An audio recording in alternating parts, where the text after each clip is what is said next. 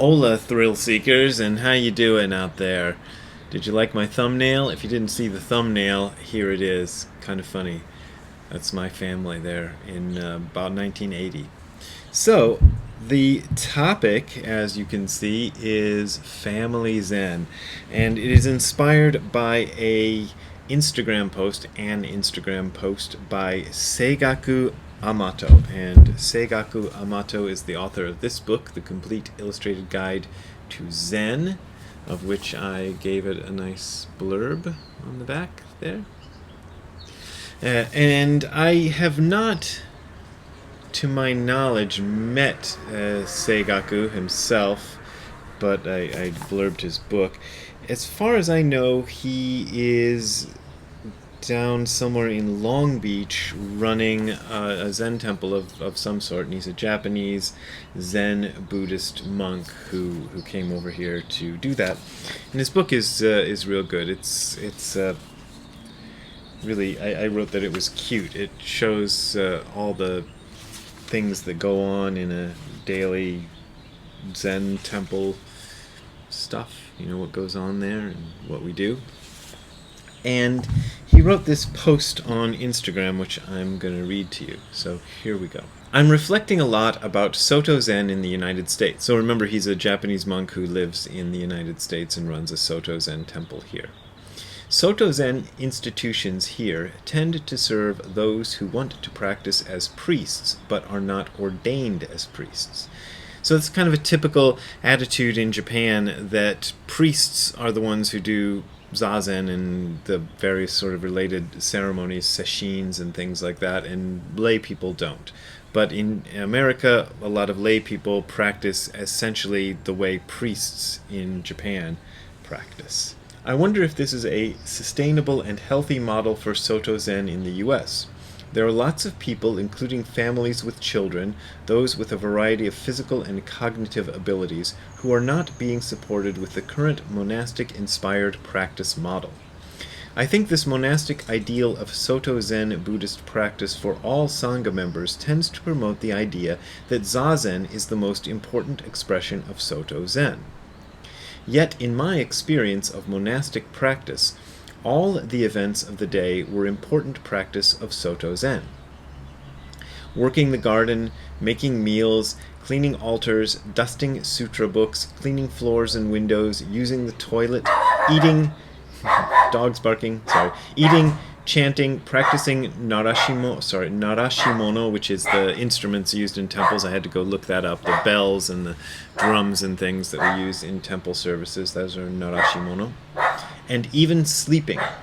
If we as priests and Zen temples/centers want to provide a stable foundation for the practice of Soto Zen in our communities, we need to start prioritizing those that are not being served by Zazen and Sesshin alone. Sesshin is long-form practice, retreats. Is the Zen Center a place that Sangha members can stop by for chanting services and Buddhist study? Can people bring their grandparents, children, and grandchildren and have an offering of Soto Zen practice to nourish them besides looking at a wall for 50 minutes, kinhin and dokusan? Kinhin is walking meditation and dokusan is a private meeting with the temple leader, the Zen master, so-called Zen master. Where can families come together and learn Buddha Dharma as expressed by Dogen and Keizan? Keizan was Dogen, one of Dogen's successors, who's held highly in regard in a lot of Soto Zen. Can we have coffee, tea, and cakes while we enjoy each other's company, building friendships and community at the Zen Center? Are these places children and families want to go? Are children and families absent from Zen centers because they aren't interested in Soto Zen, or are they absent because there is nothing for them at the center? For me, after temple service, watching the younger generation bring tea and cakes to their grandparents with gratitude and love is the most heartwarming expression of Buddha Dharma. I know some centers have a family program, but from what I've seen, the majority of Soto Zen in the US is monastic practice. So that's an interesting question, and I don't have a definitive answer for you, but I'm just going to tell you my toriaizu answer. Toriaizu is a Japanese word that means for the time being. So here's my toriaizu answer. Now, I have seen places where they do a good job of getting the families involved and doing kind of what Seigaku is suggesting here. Particularly, now I haven't been there for 10 or more years, but the Still Point Zen Center in Detroit, I found, was really good at doing this. When I visited there, the place was a duplex. They bought a duplex house, a house with what do you call, semi-detached is I think what you call it in British English, but it's two houses together, actually kind of like what I live in. So one half was dedicated to the Zen Center, and the other half was where the guy who ran the center lived, but they'd converted the basement to kind of a daycare place. So when people came to Zen services there, this is Korean-style Zen, the adults would go and sit Zazen and do the various ceremonies and things, and if they brought their kids, the kids had a little daycare center that they could hang out in on the other side of the house, so that wasn't making noise that was disturbing the Zen people. Other centers probably have something similar. I think San Francisco Zen Center has things like that. When I was trying to run a Zen Center here in Los Angeles, I encouraged the idea of doing that because I thought it was a good thing to offer.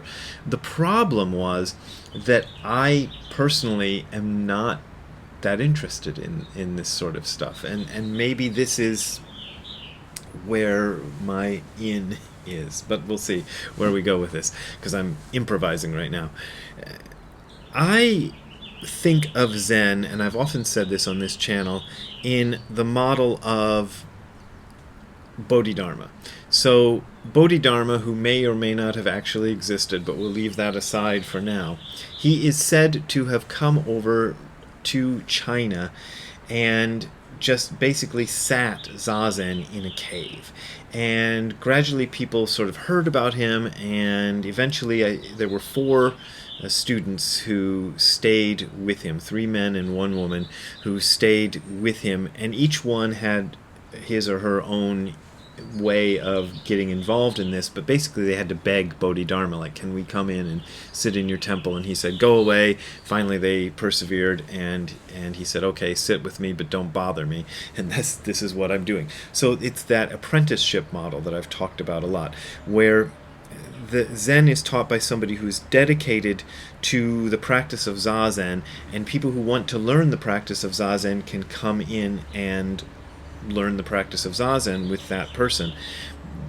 But it's basically an apprenticeship model. You got to want to do it. You've got to be willing to put in the work and the effort. It's not going to be brought to you. It's not going to be, handed to you in an easy way. That's kind of my model, and that's what I've always followed. That model is, I think, what Seigaku is identifying as a kind of monastic model. It's a little bit more elaborate than that in some centers in America and in Japan, but it's basically that style, that idea that you're coming in there to practice Zazen. So what he says, Zazen is la-di-da. He says that I think this is a monastic idea of Soto Zen Buddhist practice for all Sangha members, so everybody comes, tends to promote the idea that Zazen is the most important expression of Soto Zen. I think it is. I think Zazen is the most important expression of Soto Zen. So I'm not against what he's saying. I think in a sense he is right. If Soto Zen is to survive in America, it's got to branch out and do these things and offer more for the community and more for families and things like that.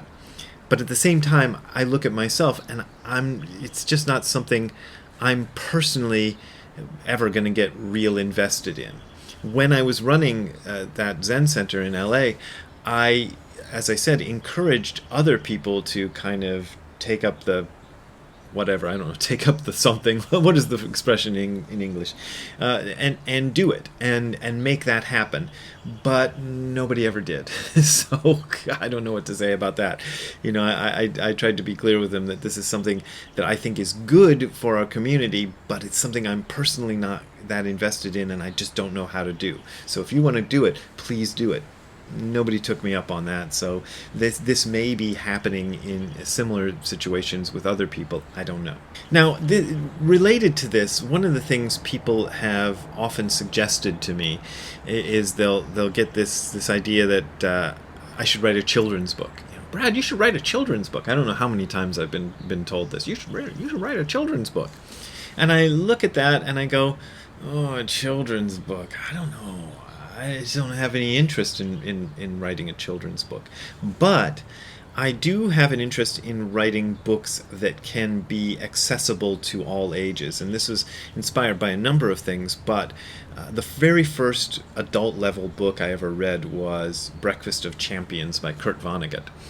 And it was I think I was 14, maybe even younger. Maybe I was even 12 when I read that book. I don't really remember exactly what age, but it was a very appealing book because it looked a bit like a children's book, and it was written in simple, direct sentences, but it was about adult themes and things that were, sort of above my experience, but I really enjoyed it. So I try to pitch my books like that. As I've often told the story, I originally wrote the book that became Hardcore Zen. It was originally called Sit Down and Shut Up, which I then used for my second book, the title, for my nephew, who was then 14 years old. So I tried to write it to the level of somebody who was 14 years old.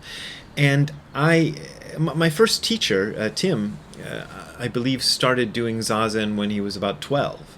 So the idea of children coming in and practicing with adults, I think, is fine. I've had retreats where people have brought their, usually teenagers. I haven't seen anybody come to a retreat, at least that I've run, who's been younger than, high school age.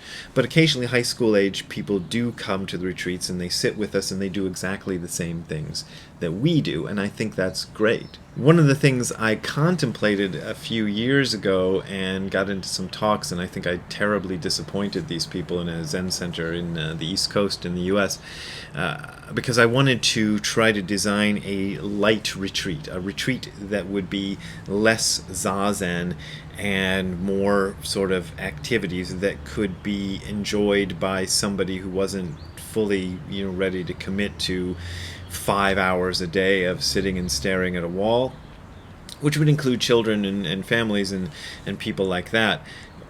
The problem for me is I couldn't come up with anything else for people to do.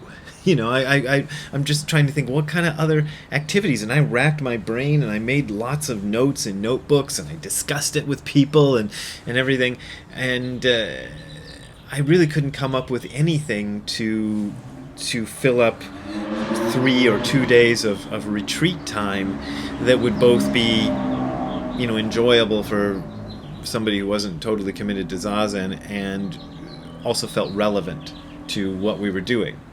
So I eventually just gave up on the idea and I never ran that light retreat. It's still in the back of my mind as something I might do someday, but even when I opened it up to suggestions from people at the center who wanted to do this, I got no suggestions. So, like, what should I do? Coloring? Do we bring coloring books and do we, cut and paste little triangles on paper or something? I don't know what people do.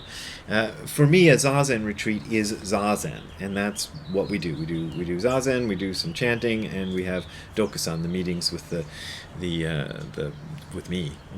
head priest of the thing. And that's all I got. That's all the entertainment I got.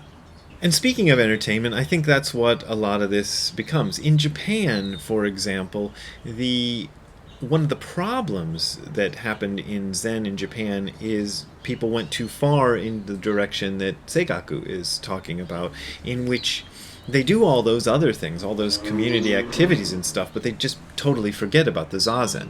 This is the thing that frustrated Kodo Sawaki so much, who was my teacher's teacher, my Japanese teacher's teacher, and caused him to kind of create this reform movement in which people actually sat Zazen. And that is a lot of the people who came over to America, for example, Shunryu Suzuki and Dainin Katagiri, Kobanchino, I believe, they were people who had been influenced by Kodo Sawaki and wanted to have this model where everybody practices Zazen, not just the priests. So that's what we have here. And Seigaku, I don't know, he might be outside of that influence, and he wants to do something else. But the problem was in Japan they just forgot about Zazen entirely. So nobody does Zazen, and everybody does these ceremonies, or not ceremonies, but little activities and things. And it becomes kind of a community center, like a church or something. And it has a little bit of Dogen in it, but it's not very focused on what Dogen actually established, which was a monastic community for adults. Of course, their definition of adults was slightly different. Dogen joined the monastic community when he was 12 years old, so their idea of what we think of as an adult is not the same as what we in America tend to think of as an adult. Anybody who's over the age of puberty is considered kind of an adult, or at least that was the case in Dogen's time. So there you go. There's my sort of slapped together kind of bunch of opinions on it, which is that I think it's fine if people want to do that. I think we shouldn't forget about the Zazen, and we should be careful that doesn't happen. But if people want to do that, it's fine. It's just not something I personally, this guy sitting here, is going to ever be good at. So I have to leave that to somebody else and hope that other people pick up the ball and make it happen. If I were to get into that situation, which I don't think I'm ever going to try to run a Zen Center again. We'll see. Never say never, right? But I don't have any intention of getting into that mess anytime soon. But people who want to do that, I think it's great, and I encourage it, but for all the points that I pointed out in this video. So there you go. That's what I think of that. Maybe you have opinions, and you can leave them in the comments below. I think that helps the algorithm, so that's nice. And leave me a like and share and subscribe. People always say that. But if you want to send me some money, you can donate at the URL you're seeing on the screen below, which is hardcorezen.info/donate. That is hardcorezen.info/donate. There you will find links to my PayPal and Patreon accounts. Those are my main and usually only ways of making a living, so I appreciate your support, especially those who've supported me recently with little extra donations. I thank you a lot, and we'll see you next time. Have a good time all the time. Bye. Hey Ziggy, do you think there should be Zen for doggies? You should involve everybody in the Zen, including the doggies, right? You sometimes sit Zazen with me. Well, you sort of curl up next to me while I do Zazen. That's nice. Yeah, maybe we'll work on doggy Zen.